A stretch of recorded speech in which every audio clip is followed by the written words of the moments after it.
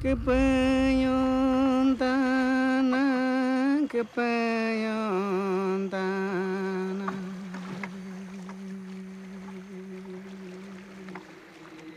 Sinang aku make baiki.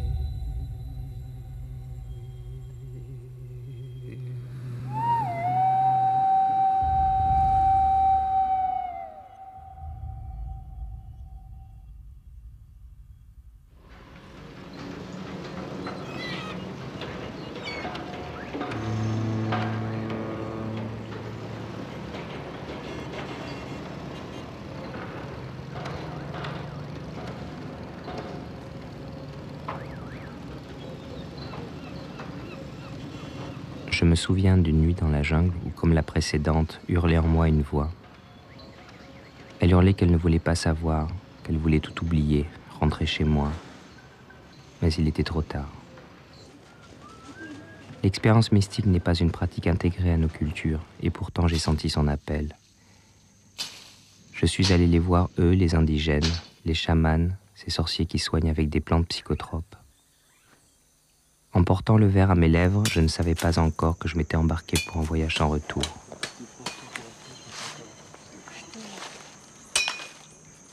C'est avec respect que je suis parti à leur rencontre. Respect pour ceux que j'imaginais capables d'affronter la peur de la mort, capables de la transcender. Des êtres explorant le plus profond de leur psyché, décryptant les mécaniques mêmes de la pensée, pour que se révèle ce monde invisible.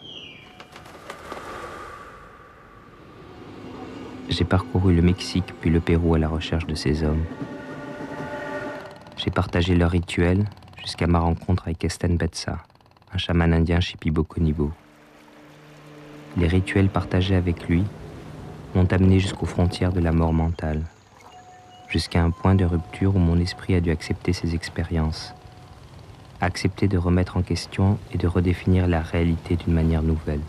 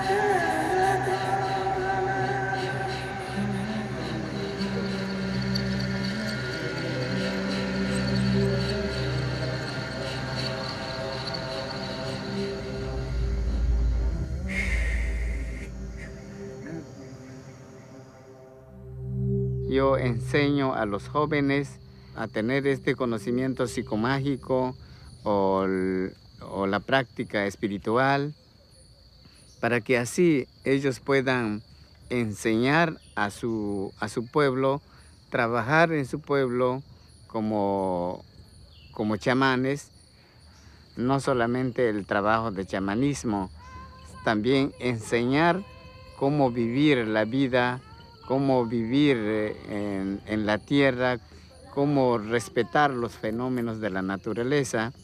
Entonces, esto es para mí muy importante porque sin este conocimiento espiritual, uno pierde también el equilibrio de su conocimiento como ser humano.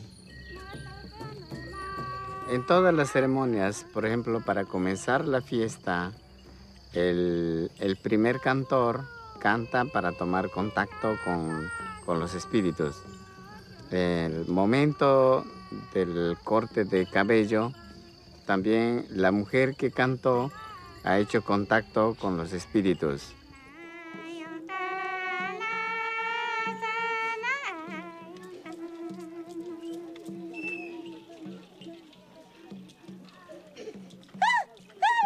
Después, en el momento del sacrificio del animal, también hacen contacto con los espíritus, ¿no? Y luego, cuando traen acá a la casa el animal muerto, la mujer canta poniendo el animal, también está entregando el espíritu del animal al espíritu de los muertos.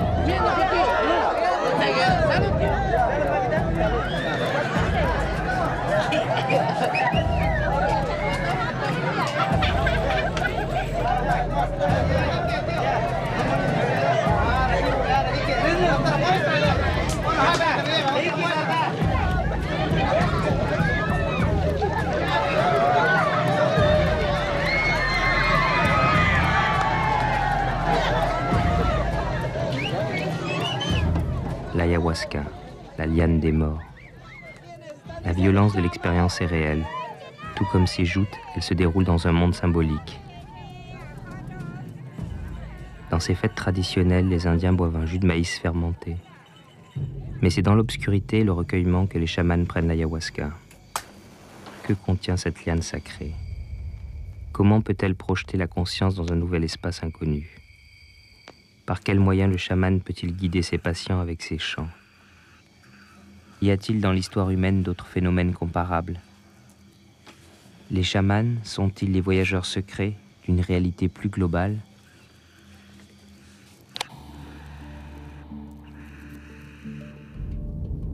Dès le retour de mon premier voyage, j'ai voulu enquêter dans la science, le domaine qui validait jusqu'à présent mon système de croyances. J'ai trouvé des hommes ayant consacré leur travail à l'étude du chamanisme, des religions et plus largement des phénomènes liés à la conscience. Ces philosophes, psychiatres, ethnologues et pharmacologues m'ont progressivement permis de voir que la réalité dans laquelle vivent les chamans trouvait des résonances dans leurs recherches. If you look at the Old Testament, you have Moses having the vision of Jehovah in the burning bush. You have Abraham communicating with the angel. In the New Testament, Jesus being tempted by the devil. St. John of the Cross having the vision of the Apocalypse. The beginning of Islam, where the mystical visions of Muhammad, the visitation of Archangel Gabriel. The story of Buddhism begins with the experiences of the Buddha. So we would not have religion without these experiences of the founders of the religion, of the prophets, of the saints. So it's very interesting that when religions get organized, they very frequently move away from these experiences. And, you know, today in many of these today's churches, you just go there and you hear stories about what happened to people 2,000 years ago. But if somebody in today's church would have really a full-blown experience of the kind that inspired the religion, your average priest would call the ambulance, and the person would be taken to a psychiatrist and put on tranquilizers. When the Europeans came to the Americas in the 16th century, the 17th century, they brought with them the laws of the Inquisition, which specifically forbade the utilization of plant psychoactive material to facilitate altered states, and specifically rejected and identified it as an abomination and heresy to utilize such psychotropic plants in attempts to heal individuals. So we're not the first culture that has recoiled in horror from these altered realms that the hallucinogens open up to us. But I do believe there's a great deal we can learn from native practitioners, from the indigenous shaman, who have a lineage of generation after generation of work with this plant material, and who might very well have something to teach us. The primitives, the so-called primitives, may have a tremendous wealth of knowledge that us so-called sophisticates do not have access to, but from which we might learn and which might help us to succeed in facilitating new models of healing and understanding, which could benefit our whole society.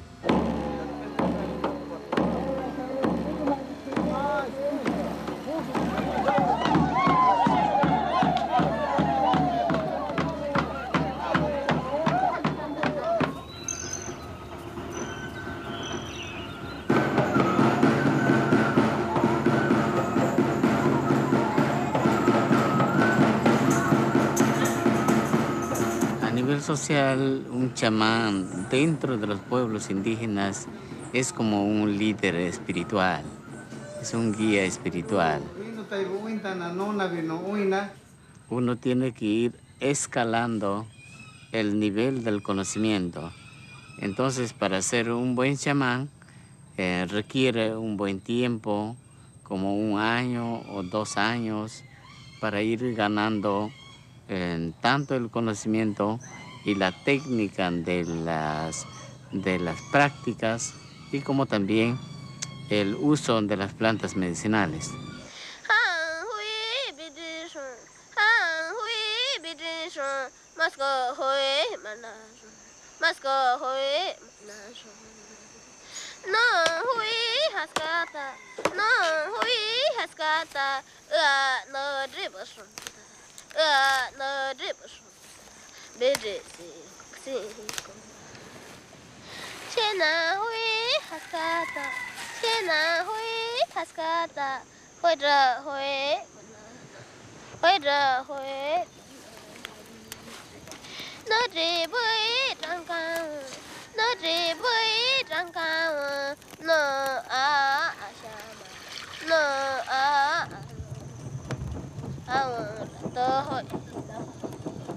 Esta planta es la planta de chacruna, que sirve para cocinar con la ayahuasca.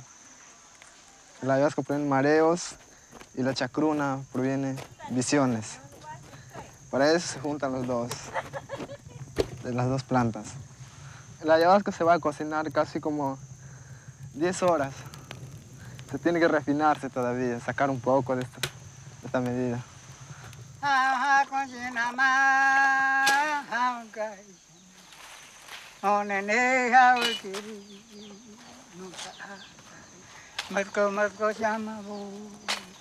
Les feuilles de chacruna contiennent de la DMT, qui est un hallucinogène puissant, mais qui est oralement inactif, puisque dissous par une enzyme précise du tract digestif, la monoaminoxydase. Alors il combine les feuilles de la chacruna avec la liane de l'ayahuasca, qui contient précisément plusieurs substances qui inhibent l'enzyme de l'estomac. en mélangeant les deux plantes et en les cuisant ensemble pendant des heures, on arrive à une boisson de la DMT oralement active et la molécule hallucinogène passe à travers l'estomac intact et arrive au cerveau. Comment ont-ils pu trouver cette recette lorsqu'on sait qu'il y a 80 000 espèces de plantes supérieures dans la forêt amazonienne? Ça fait que n'importe quelle combinaison donnée, il y a une chance sur 6 milliards 4 pour tomber dessus. I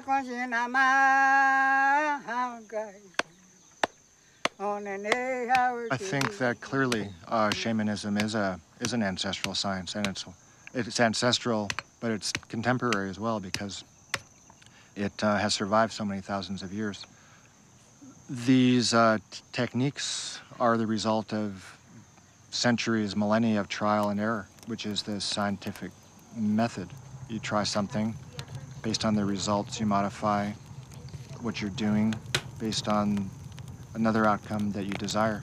I think these are technologies of consciousness. These are technologies of the spirit, and there's no reason that they have to be hidden. I mean, you might have to work a little bit to get them and have certain responsibilities, but to make them off limits and to turn them into some kind of bad, shunned phenomena is just not true. It's just not fair either, really.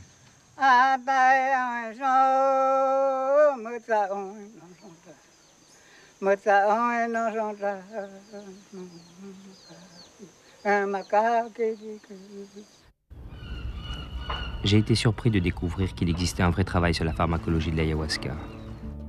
Jess Callaway, docteur en pharmacologie à l'université de Kyopo en Finlande, et Charles Grob, psychiatre en activité à l'hôpital de Torrance à Los Angeles, ont participé au Brésil Ayahuasca Project, la plus importante étude expérimentale sur l'ayahuasca jamais réalisée.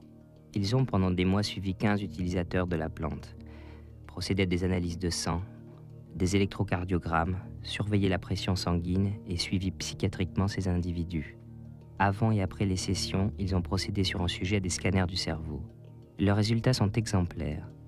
L'ayahuasca ne provoque ni accoutumance, ni toxicité physiologique. Au contraire, les niveaux de sérotonine, notre antidépresseur naturel qui normalement baisse après l'usage de toutes les drogues connues, étaient ici en augmentation dans le sang. Des modifications physiques temporaires du cerveau avaient été enregistrées. Elles signalaient un accroissement provisoire des neurorécepteurs alloués à cette même sérotonine. Ces découvertes sont proprement révolutionnaires sur le plan des potentiels thérapeutiques. Les Indiens sont intrigués par ces touristes occidentaux qui, comme moi, débarquent en quête d'expériences mystiques sur la trace de Carlos Castaneda ou de William Burroughs. Pour eux, le monde invisible est une réalité qu'ils n'ont pas besoin d'explorer. Elle est inscrite dans leur culture. Ils ne vont voir le chaman que lorsqu'ils sont malades. Le contact concret avec les autres mondes est dangereux, mais le chaman est là et son pouvoir les protège. Kesten Betsa m'a demandé pourquoi je voulais participer à un rituel. Je lui ai répondu assez déterminé que je voulais savoir. Ainsi, guidé par lui, j'ai pénétré le monde des visions. Là-bas, j'ai tremblé en affrontant mes peurs. J'ai vomi en découvrant ma noirceur. Et j'ai pleuré en traversant la lumière. J'étais comme un enfant qui découvre un nouveau monde. Et ce n'est que bien plus tard que j'ai compris ce qui s'était réellement passé. Que dans tous ces rituels, par une technique, une connaissance qui dépasse mon entendement, il m'a guidé dans une violente confrontation avec mon identité. Ainsi il m'avait soigné, car ce n'est pour lui que de cela qu'il s'agit, soigner.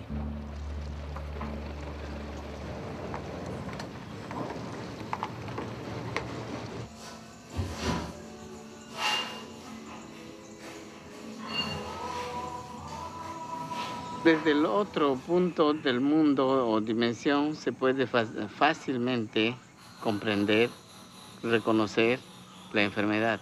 Las raíces de la enfermedad, uno puede ser psicológico, otro puede ser orgánico, otro puede ser espiritual.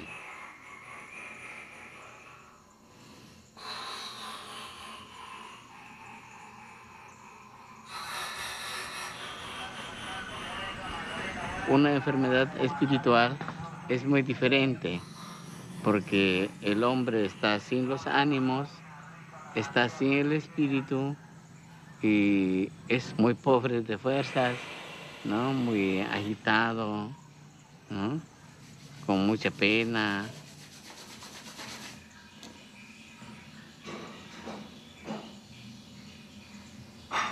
Podrías traer el día domingo en la noche para hacerle un buen trabajo. Ya. En la noche, a las 9 de la noche. A las 9. Pero Ya. ya puedes traer su colchoncito, su abrigo, para tratarle así en ceremonia. Las 2 semanas pasadas me sentía terrible, horrible, me sentía muy, muy mal. Pero esta semana que pasó ya me fui calmando poco a poco. Y ayer que me fui, me animé a tomar el ayahuasca.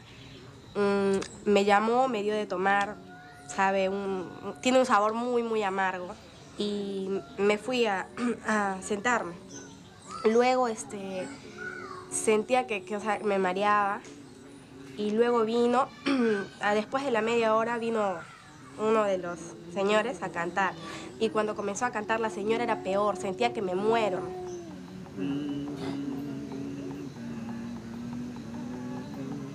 Y más o menos después de la hora habrá sido, después de que me cantó el señor, sentía que estaba soñando y una voz de una mujer que me decía, sí, esto es un sueño, no pienses que es tu imaginación, estás soñando no porque tú quieres, sino por el ayahuasca.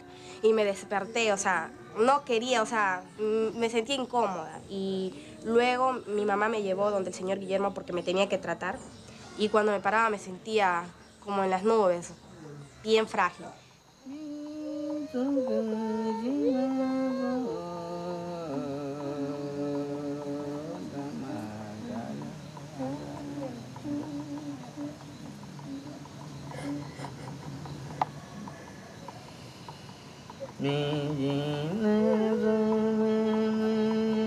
El chamanismo es una ciencia natural que los hombres han descubierto en todas partes de la tierra, según su raza, según su folclore, según sus épicas, según sus ritos, sus leyendas, sus cuentos y mitologías.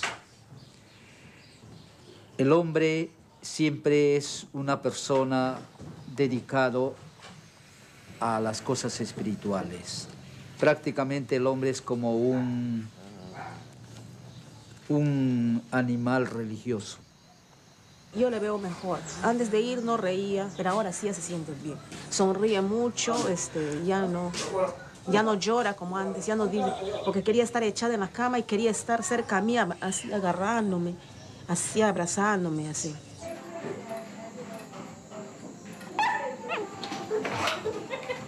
Saluda. La parte de Pablo está dando huevos. Todos a la voz de 3, ¿ya? 1, 2, 3. Cumpleaños feliz, te deseamos a ti.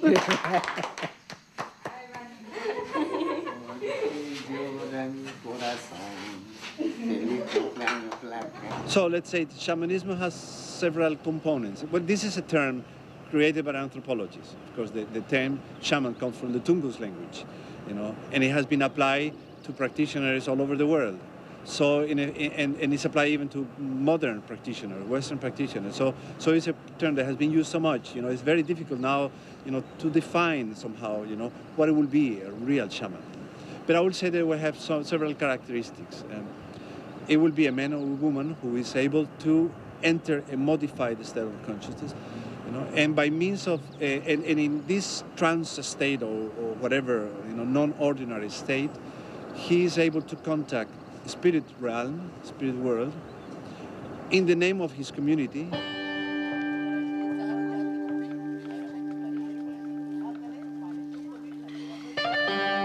A shaman is one who's really dedicated to exploring the inner spaces. I mean, they've really made an effort to do this.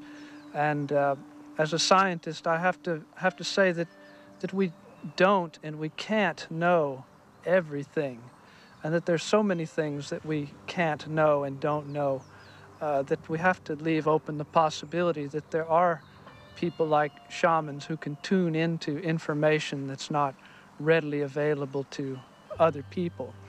And these people have quite an important function, if for no other reason than to give us some perspective on reality. Yo he llegado a muchas partes donde están grandes hombres, están unos hombres, unos ancianos, unos reyes, donde tienen la sabiduría, verdaderamente una sabiduría, máxima sabiduría, como nosotros decimos, que lo saben todo. No existe allí el tiempo ni el espacio. Allí no existe el tiempo ni el espacio.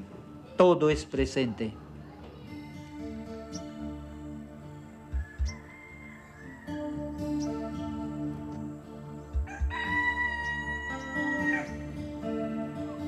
Well, usually, when we look at Western science, there's the Cartesian Newtonian thinking is seen as something that is very rational, very far from non-ordinary states, and we forget that the inspiration for Descartes, for the Discours de la Méthode, came from a dream, and a dream within a dream, basically, from a non-ordinary state of consciousness. So that as long as we stay in the ordinary state of consciousness, with all the scientific methods and all the scientific instruments, we are just exploring a segment of reality. And we are missing sort of a significant part of the story that is revealed in these non-ordinary states. Of course, that is the way in non-ordinary states the yogis get their wisdom. I mean, it's these people tap some kind of sources of wisdom that are not available in the ordinary state of consciousness. They show either a radically different perspective on the everyday reality, or they show us normally invisible realities that are extremely important for a really true, deep understanding of who we are and what the nature of reality is. Et donc je pense que encore aujourd'hui, dans tout être, il y a une dimension chamanique fondamentale, par exemple lorsqu'il rêve. Chaque nuit, l'homme redevient cet être mythique. Le problème, c'est que justement, il prend cette réalité mythique pour une réalité non réelle. Justement, cette idée de dire qu'il y a des réalités non réelles me fait rigoler, parce qu'en fait, tout est réel. Donc la réalité du rêve est aussi réelle que la réalité de cette prairie ou de ce ruisseau derrière moi, ou de cette caméra qui nous filme. Mais elle est différente. Et c'est précisément ça qui est intéressant. C'est le fait que nous ayons des réalités différentes et que pour pouvoir comprendre le monde, il faut pouvoir passer d'un niveau de réalité à un autre. Los espíritus se oye acá que cantan bien, bien, te está hablando y te dice esta canción es para esto, para este otro, te explica. Y uno, si dieta bien, lo canta perfectamente como el espíritu lo canta. Por medio de esa canción se los llama. Es casi como un teléfono que usamos para llamar a una persona. Melodies that are used in ayahuasca ceremonies, but all throughout religions all around the world throughout time, have found sacred sounds that seem to be beneficial in inducing certain states of consciousness.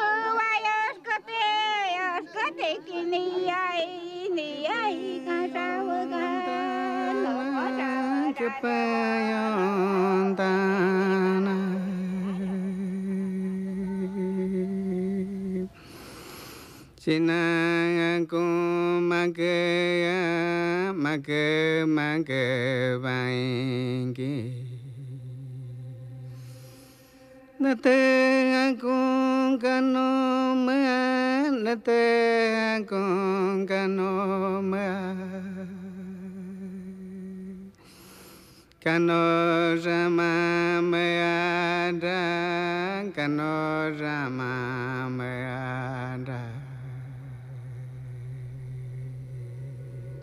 Soy chono bay.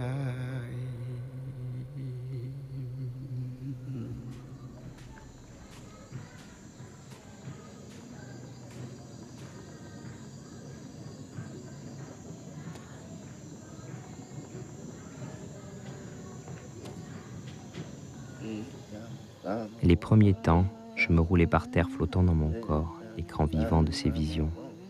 Elles me transperçaient de part en part. Petit à petit, j'ai compris. Il fallait se concentrer pour se laisser traverser par cette forme inconnue de langage sans mots, pour le laisser déplier ses mystères à l'intérieur de l'esprit. La réalité de ce monde apparaît aussi concrète que la réalité matérielle, plus forte encore car je ressentais dans mon corps ce que je voyais.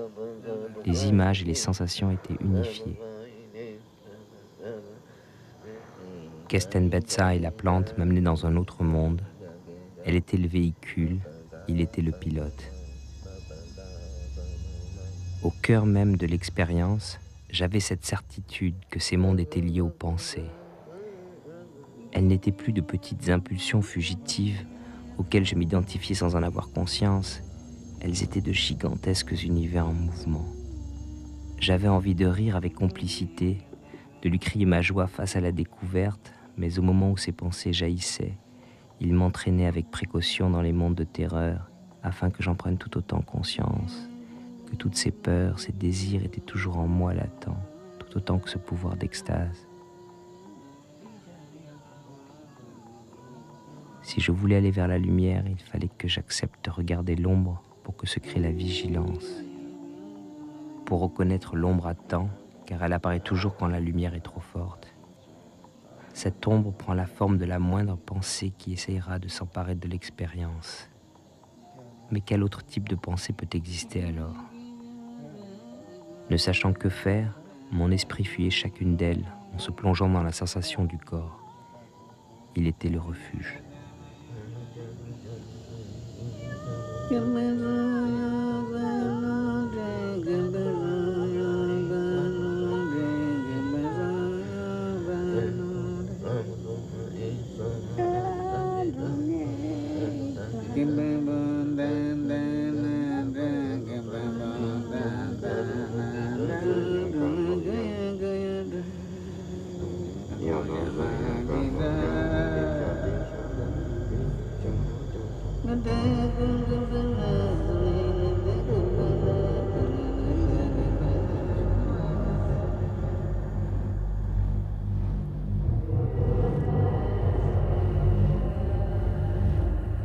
Quite often with ayahuasca visions, there's a coherence to the vision. There's a message to the vision. There's intrinsic meaning to what is being perceived.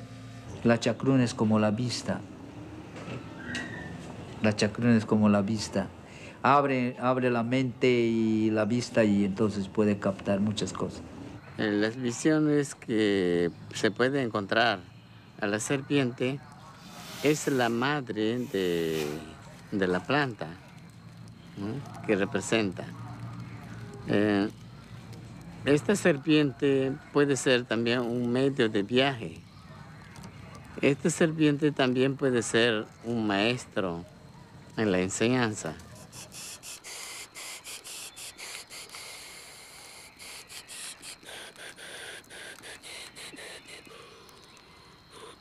These shamanic techniques take us way beyond this sort of individual history that is the main focus of psychotherapies. It takes us into the realm of death and rebirth. It takes us into the realm of powerful forces in nature, archetypal beings, deities, and so on.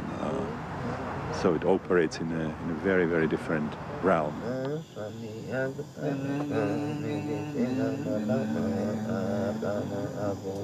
I think about archetypes as kind of primordial, universal forms that somehow have objective existence.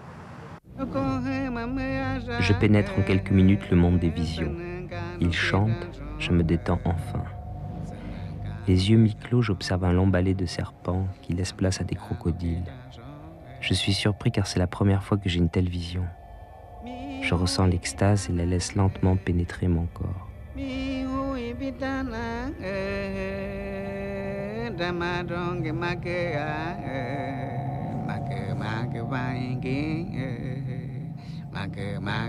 Puis son chant s'arrête, les crocodiles disparaissent et je flotte seul en moi-même. Les visions s'assombrissent. Je sens la terreur qui emplit mes organes. Ils me crient leur existence. Mon ventre se noue. Mon esprit ne peut accepter d'être lié à cet amas de chair palpitant.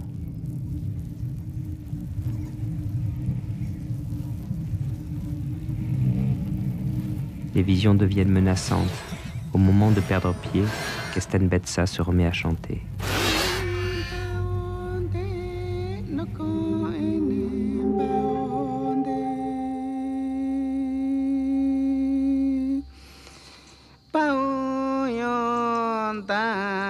Mes cellules se remettent à vibrer et l'extase est immédiate. Je ne pense plus. Je sens avec angoisse des mouvements en moi. L'énergie de ces bijoux vivants semble me soigner. Ils caressent mes viscères.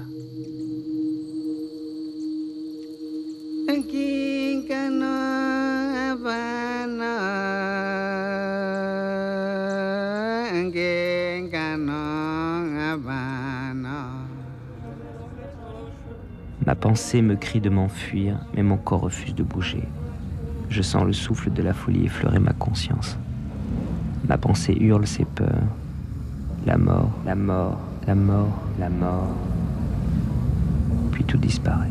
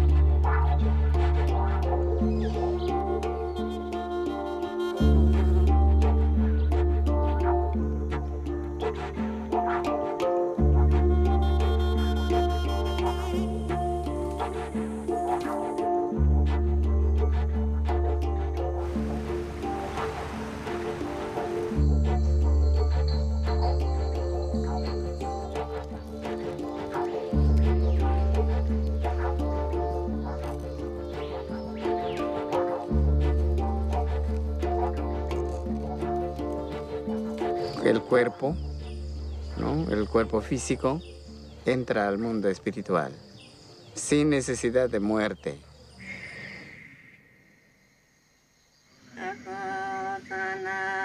L'esprit qui venait à côté de moi, de poser un genou à terre, était une femme sans visage. Elle s'est lentement approchée et me touchait presque lorsque ma pensée a jailli.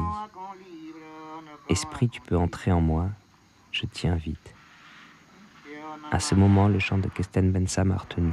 Il me disait « N'appelle pas un esprit comme ça, c'est dangereux. » L'invitation dans le monde des esprits est terminée.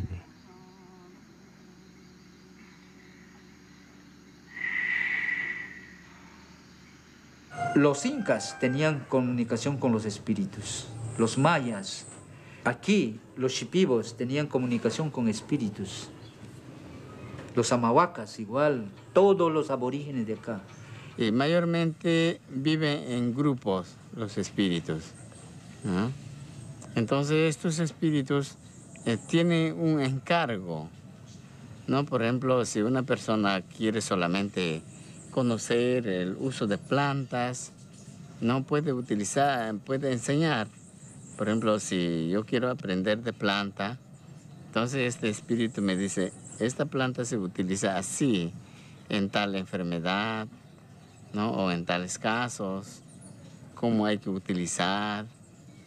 Entonces, otros espíritus te pueden enseñar también debajo de la superficie de la tierra, del agua, del espacio. Nosotros estamos conectados con todo el universo. Nosotros somos microuniverso y sobre todo entre nosotros hay otros mundos también que son unos universos. Entonces todo va así, compaginado.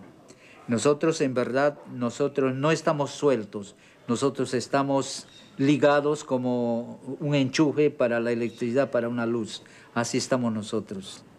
J'ai écouté ce que les chamans amazoniens disaient, les mots qu'ils utilisaient. Ils disaient, il y a des essences ou des mers ou des esprits qui sont communs à toutes les formes de vie.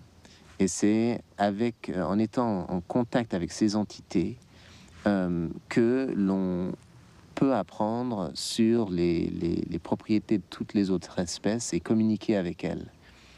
J'ai découvert qu'en jetant un regard informé par la biologie moléculaire sur des représentations que des chamans faisaient de leur vision, on avait toutes sortes de correspondances, toutes sortes de formes en double hélice, par exemple. Il y a des indications en regardant ce que les chamans perçoivent dans le monde des visions, qu'à un certain niveau, ils sont possiblement en train de percevoir une version moléculaire de notre biologie, qui nous connecte à tout ce qui nous entoure, parce que finalement, lorsque vous allez dans les neurones d'un être humain, au centre de ces neurones, il y a un noyau qui contient de l'ADN, cette longue molécule en forme de 2 serpents entrelacés, qui contient l'équivalent de 186 bottins de téléphone de la ville de Paris, tout ça concentré en 2 millionièmes d'une tête d'épingle. Et cette substance quasiment miraculeuse et informationnelle se trouve dans toutes les autres formes de vie autour de nous. Et a d'ailleurs des propriétés électriques, électromagnétiques, que l'on commence à mesurer, mais qui sont encore assez mal comprises. Il faut quand même prendre en ligne de compte que la science n'a découvert la structure et la fonction de la molécule d'ADN il y a seulement 48 ans, tandis que les peuples chamaniques placent la forme de la double hélice, qui est celle de l'axis mundi, comme les historiens de la religion l'ont appelé, au centre des images chamaniques et des représentations qu'ils font des esprits de la nature depuis des milliers d'années sur les 5 continents.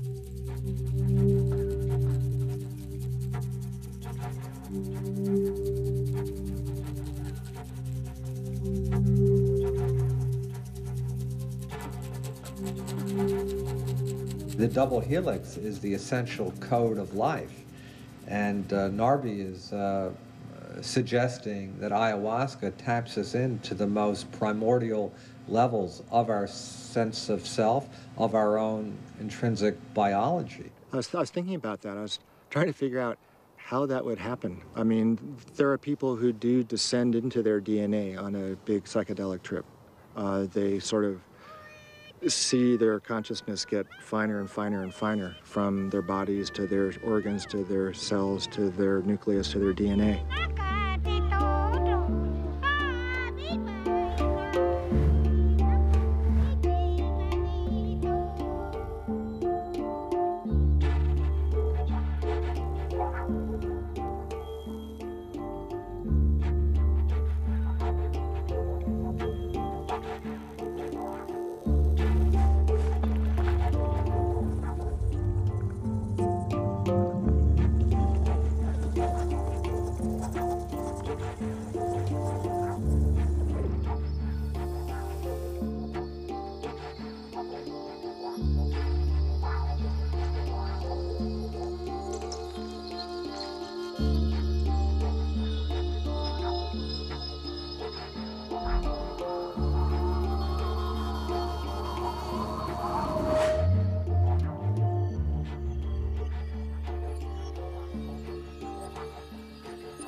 we've got all the receptors there, and these receptors are exquisitely sensitive to even the most minute doses of some hallucinogens. Why is that? We seem to have evolved in a parallel path, let's say, the human central nervous system and plant hallucinogens. Did we come from a common core origin? Why is it that the human brain is wired to be so exquisitely sensitive to even minute doses of hallucinogens? This, to me, is an interesting question for scientists and philosophers to ponder.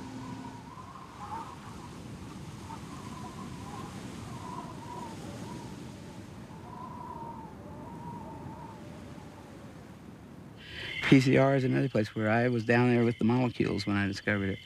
And I wasn't stoned on LSD, but my mind by then had learned how to get down there. I could sit on a DNA molecule and watch the polymerase go by, you know, and I didn't feel dumb about that. I felt like, I mean, that's just the way I think. It's like I put myself in all different kind of spots. And I've learned that partially, I would think, and this is again my opinion, through psychedelic drugs. Dr. Kary Mullis, I now ask you to receive the Nobel Prize from the hands of His Majesty the King. Biogeneticist Dr. Kary Mullis had won the Nobel Prize for inventing PCR, a revolutionary technique for multiplying tiny amounts of DNA for use in genetic research. A creative breakthrough he claims came from psychedelic drug use. I don't do experiments often, you know, in big things like, what would if I had not taken LSD ever? Would I have still invented PCR? I don't know. I doubt it. I seriously doubt it.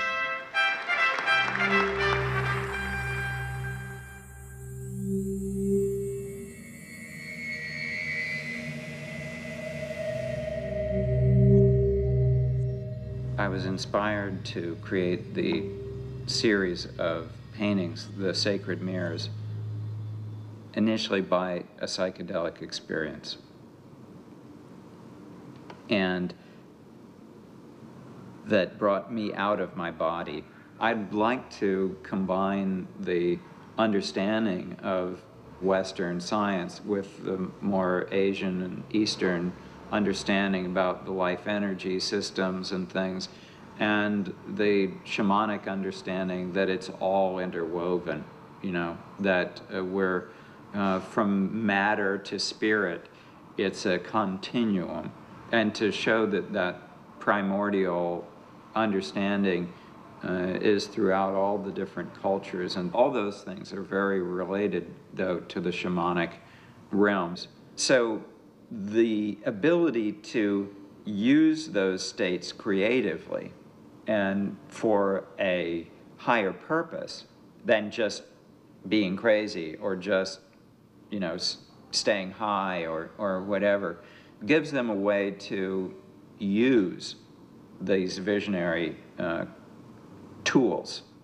I think that more artists are experiencing the mystical state. There's no choice. After you have the experience, your work has to reference it. Le fou ne communique pas avec autrui. C'est-à-dire que c'est là pour moi que se situe la différence entre ce qui est exploration dangereuse de monde, ce que Michaud, poète français, appellera la connaissance par les gouffres, hein, et le basculement dans la psychose. Alors bien entendu, cette exploration dangereuse, elle est dangereuse parce qu'on peut à un moment donné basculer dans un univers où ce que l'on va éprouver ne sera plus communicable. Prenons l'exemple de certains grands romanciers. Je prends pour moi ce qui est probablement le plus grand romancier chaman que nous ayons à l'époque contemporaine, c'est Kafka. Hein, j'ai d'ailleurs écrit un texte sur Kafka chaman, et on a tout le texte de la Métamorphose, qui est un texte proprement chamanique, hein, où Kafka se transforme en une sorte de blatte cafard, hein, et où il va vivre cette métamorphose. Ce qui pourrait apparaître comme un délire s'il n'était pas symbolisé, à partir du moment où Kafka l'écrit, hein, et le transforme en quelque chose de communicable, devient quelque chose qui est symbolisé et qui n'est plus du tout de la folie. Les expériences de sortie de soi, de conscience surmultiplier ou altérer, je ne sais pas quel terme on peut employer, mais je trouve qu'altérer c'est un peu idiot, je dirais plutôt de conscience désaltérée, moi je dirais. C'est des choses qui poussent à la communication. Au niveau de la technique, c'est quelque chose qui est en même temps extrêmement complexe, mystérieux, bizarre, indescriptible et en même temps très naturel. C'est une espèce de transe légère qui me laisse conscient de tout ce qui se passe autour de moi, mais me branche sur une autre dimension, littéralement. Et c'est comme s'il y avait un travail, plutôt que de création, c'est un travail de découverte. On découvre. C'est comme si les choses étaient couvertes. L'éducation de la perception et même la destruction des enveloppes et de tout ce qui fait qu'un être humain est intégré socialement, est civilisé, domestiqué, etc. L'artiste, lui, il doit casser ça.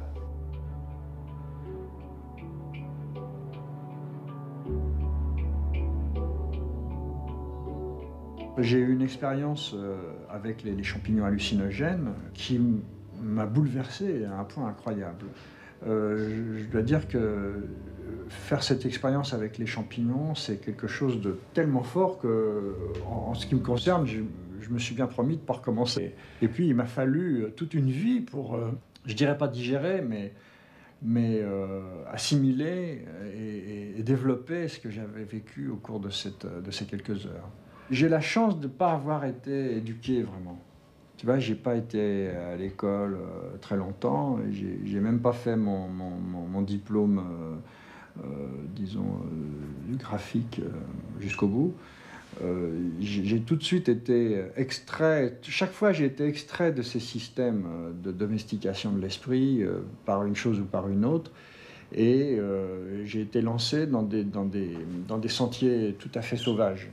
Et cette histoire avec les champignons n'a pas arrangé les choses, puisque j'ai été vraiment projeté dans le mystère sans personne pour me tenir la main.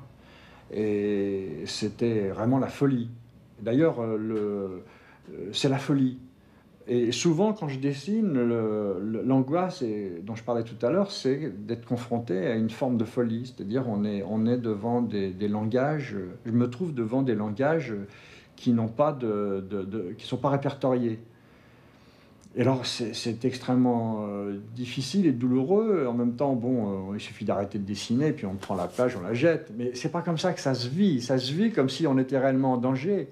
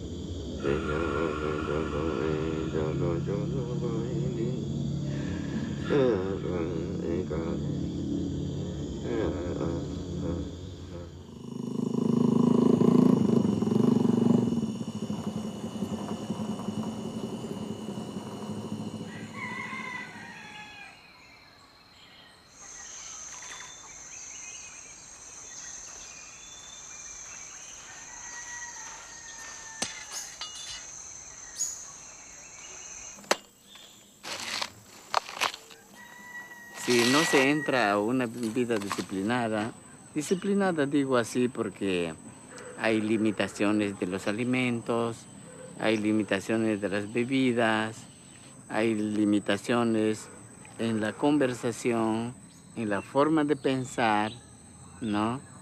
Y estar purificado, ¿no? Entonces, en base a esa disciplina, uno puede captar las visiones, el conocimiento, los contactos con los espíritus y seguir avanzando hacia el fondo de la parte espiritual.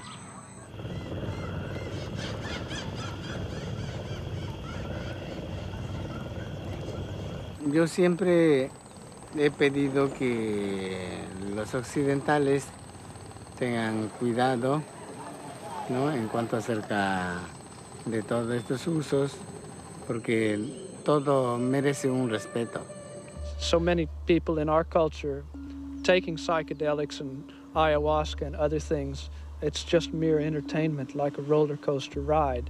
And they have the experiences, they see the visions, and then that's the end of the ride, and they don't apply the knowledge. That's kind of sad. I think we have to do something with this information. These things are just keys, like any tool. The real information is locked in ourselves. We just have to figure out how to unlock it. The point is to open up the potential that we have. Il est certain que quand on commence à utiliser le cannabis ou les champignons ou le LSD ou le peyote ou l'ayahuasca pour remplacer la télé ou faire des rêves partis, c'est un désastre total. On sort complètement du contexte. Tu vois, je sais pas, c'est comme si les chirurgiens s'amusaient à faire des transplantations cardiaques pour le fun, tu vois, pour passer un week-end. C'est du délire. It is the oldest spiritual system, also the oldest healing art. It is a system where the spiritual approach and the healing approach are not separated the way we have it in our culture, but it's integrated. And you know, I see the shamans as the early pioneers of consciousness.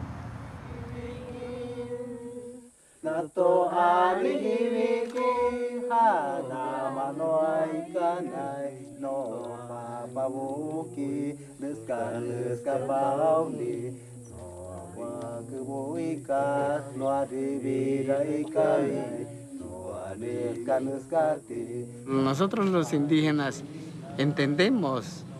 ¿Por qué? Porque convivimos con la naturaleza, convivimos con los espíritus, tenemos nuestro concepto tradicional, tenemos conocimiento de nuestra cultura, pero en sí los occidentales no, porque desconocen estos conceptos tradicionales.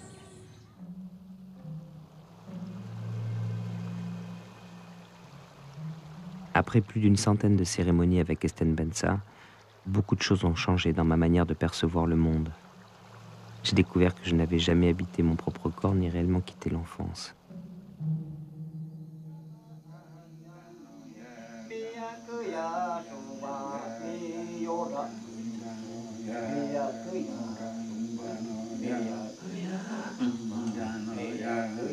Pour moi, leur art de soigner est une science de l'esprit. Leur plante, une technologie de la conscience mise à disposition de l'humain par la nature pour entrer en relation avec elle et avec soi et comprendre ses alliances sacrées. C'est un chemin dangereux dans lequel il faut avancer avec prudence. J'ai manqué une fois de cette prudence vitale et ne respectant pas les diètes, j'ai connu la schizophrénie pendant une semaine. J'ai dû retourner dans la jungle pour qu'il m'aide à reconstruire la partie psychologique de mon esprit. Je me retrouve une nouvelle fois au cœur de l'expérience. Ce soir, nous avons pris une nouvelle plante. Les visions sont trop fortes. Je tente en me convulsant d'échapper à toute pensée. Pour ne pas devenir fou, pour être à l'instant, l'esprit mis à nu ressentant l'organique. J'ai des pensées que je n'ai jamais eues, l'impression d'accéder à des désirs cachés, à des pulsions secrètes. Les vérités se transforment en mensonges dès que je les attrape. Une cascade sans fin d'informations sur mes mécaniques psychiques, sur ce que je suis ou crois être. Je ne peux que sentir le sang couler dans mes veines, sentir le plus infime de mes muscles, tandis que les visions augmentent et se déploient au rythme des chants. Mon identité se dissout dans ces images perçues comme des concepts cognitifs insaisissables par la pensée.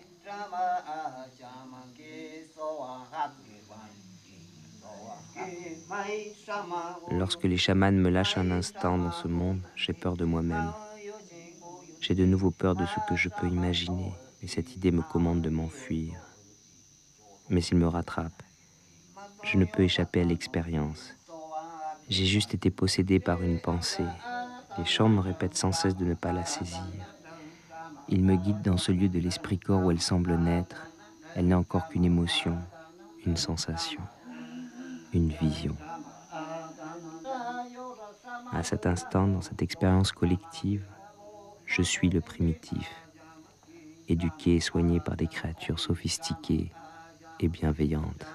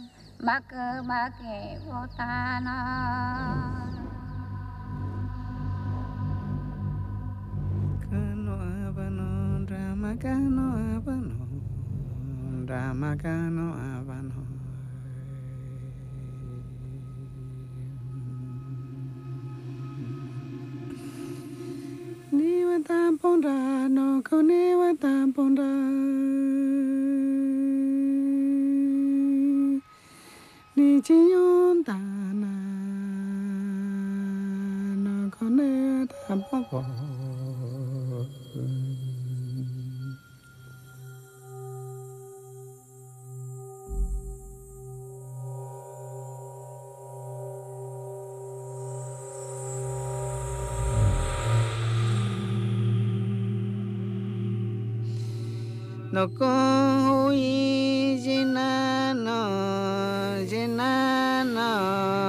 e ronda me ama que royona ma que royon vaina ma que royon vaina awe ini canoa Antoninda o cande jin kaine o cabo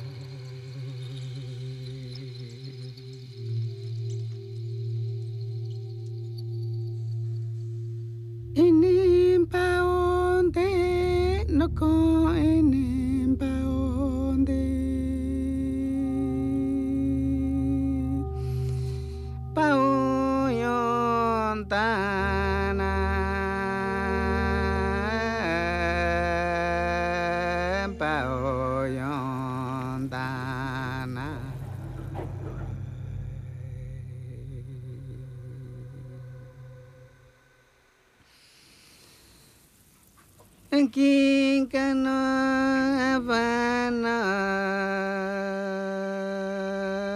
Kinkano Havana.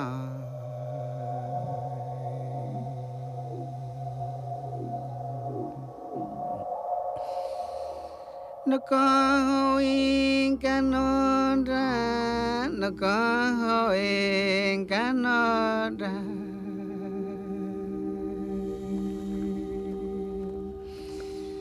Matandrondo mayona, matandrondo mayona.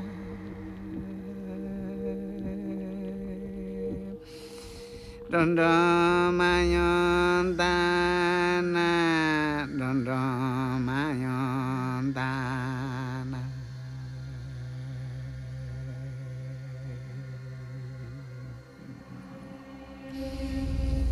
Miang Arova, Rama Miang Arova.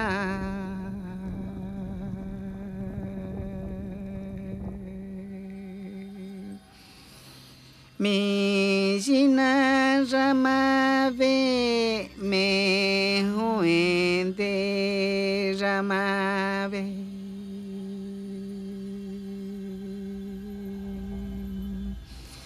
No conso Encanodra me ampara rona para ronyo vano.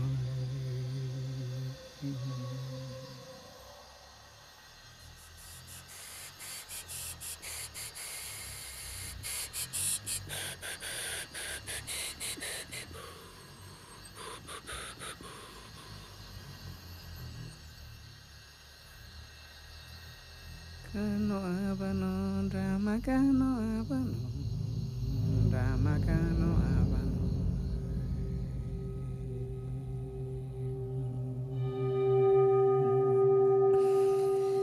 Niwa tamponda, no koniwa tamponda.